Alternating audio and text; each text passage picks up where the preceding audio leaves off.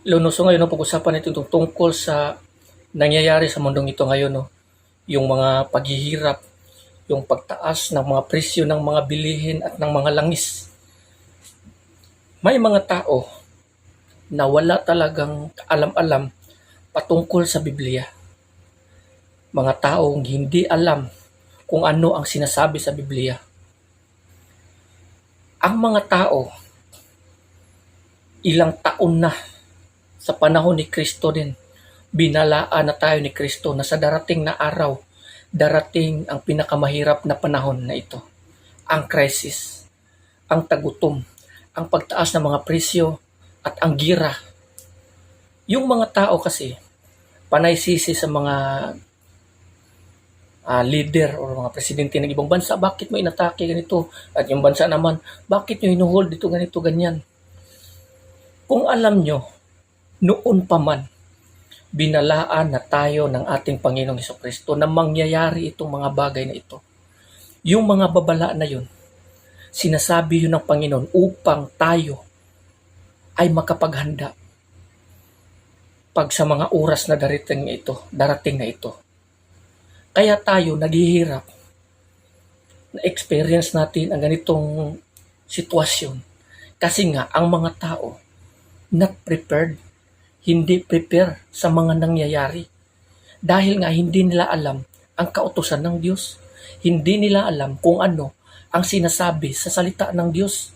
Noon pa man na darating talaga ang oras na ito, nation against nation, kingdom against kingdom, mangyayari ang tagutom at ang pag-ibig ng bawat isa sa tao, pag-ibig ng bawat isa sa Diyos, lalamig.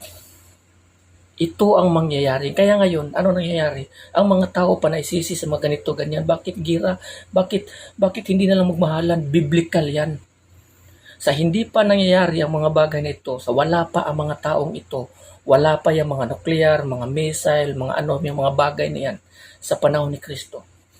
Inakda na yan na mangyayari upang yung mga tao na maniniwala sa salita ng Panginoon makapaghanda upang sa pagdating ng mga bagay na ito na ang tao handa, hindi sila maapektuhan kung sakali man na darating ito kasi nga nakapaghanda. Ngunit dahil nga din sa kawalan ng paniniwala sa Panginoon, yung mga tao na-experience ang ganitong buhay. Ang mali rin kasi nito is itong mga church leader, hindi nila ini-explain, hindi nila sinasabi doon sa mga tao na darating ang ganitong mga bagay na dapat maghanda tayo. Maghanda tayo anong preventive action na gawin natin kung sakali na darating ito. Anong hakbang na gagawin natin upang maiwasan natin ang ganitong mga bagay, upang hindi tayo maapektuhan. Maapektuhan man tayo, hindi 100% na matamahaan tayo sa ganitong hirap.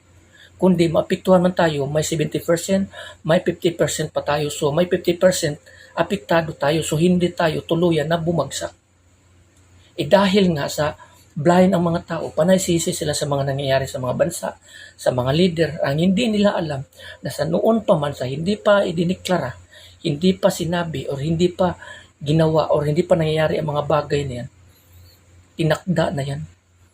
Sinabi na yan sa kasulatan na dapat ang tao maghanda sa mga ganitong bagay upang hindi ka magulat.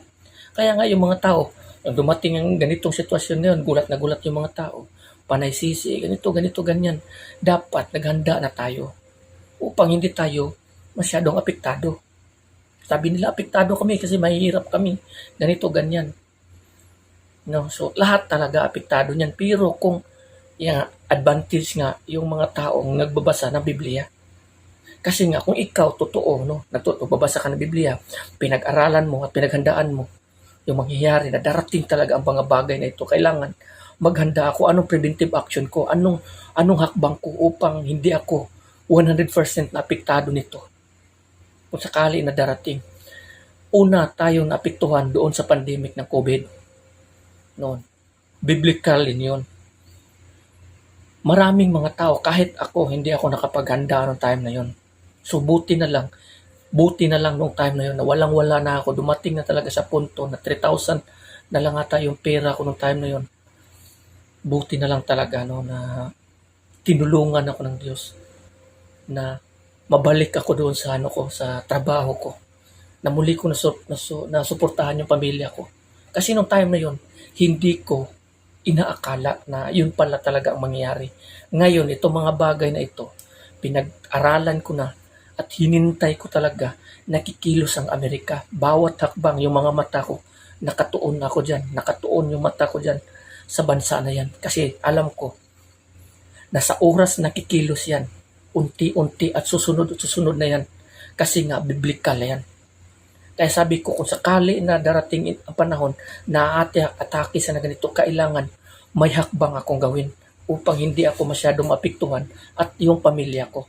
Kasi nga, yun ang sinasabi dito sa Biblia, sabayan din ng pananalangin at pananampalataya sa Panginoon upang hindi tayo maapektuhan ng tudo-tudo dito na hindi tayo lulugmok sa pinakabagsak na sitwasyon sa buhay. Yan ang dapat nating gawin na kailangan maghanda tayo. Itong pangyayaring ito, simula pa lang ito. Ayon sa Biblia, simula pa lang ito. Ayon doon sa sulat ni Apostol Pablo sa Tesalonica, gusto na itong kumalas o gusto na itong kumbaga nagwawala na ito at gusto na itong gumalaw. Ngunit mayroon pang pumipigil sa kanya. So nangangahulugan, pag darating yung araw, may mga leader pa niya na mabangis. Yun ang pinakamahirap na sitwasyon. Wala pa yan sa simula pa, nagsimula pa lang. Ngayon, darating pa ang pinakamahirap na sitwasyon. Lalo na yung marking of the beast na lang lahat ng mga tao lalagyan ng mga microchip. Hindi ka makapamili, hindi ka makabenta. Anong sunod na hakbang natin na gagawin dito upang tayo ay makakaiwas, hindi tayo masyadong maapektuhan. Mayroon pa rin tayong makain. Kasi sa mga panahon na yan, cashless yan. Cashless yan kasi lahat andyan na yan sa microchip. Cashless yan, yung mga ATM, credit card, lahat ng pera. Swipe na lang yan. Yung kita mo dun sa mall na mga ganon-ganon. Diyan na yan. Cashless yan, so hindi ka makapamili. Magbabayad ka ng pera, hindi tatanggapin. Kasi nga, yun ang hanap na lang, ganon na lang. Cashless yan. So anong sunod na hakbang na gawin natin upang itong mga bagay na ito hindi tatama sa atin? Yan ang isa pa sa pinakamahirap na sitwasyon na hindi pa nasubukan o naranasan ng buong mundo. Kaya itong pangyayaring ito ngayon na sinasabi nyo, naghihirap na kayo, lagi nyo tatandaan, simula pa lang yan. Nasa pinakababang level pa lang yan. Paano na lang kung andoon pa tayo sa pinakamahirap ang sitwasyon, kung ngayon pa lang, sa pinakasimula pa lang, intro pa lang, nahirapan na kayo, anong mangyayari doon kung aakyat pa ito ng todo sa mga tao? Kaya lagi tayong maghanda, lagi tayong magbantay, mapanuri, basahin ang Biblia, biblikal yan. Manalig sa Panginoon upang tayo ay makaiwas sa mga ganitong bagay, upang tayo ay tulungan ng Panginoon at iligtas ng Diyos sa mga araw ng tribulation. No, so mangyayari at mangyayari ito.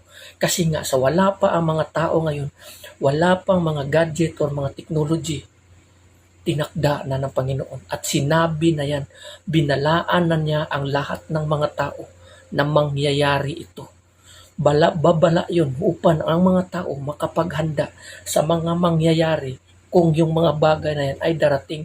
Nagkataon na dumating na nga ito. Nagsimula na. Tapos hindi tayo prepared. So ano pa kaya kung mangyayari pa ang pinakamas malala nito?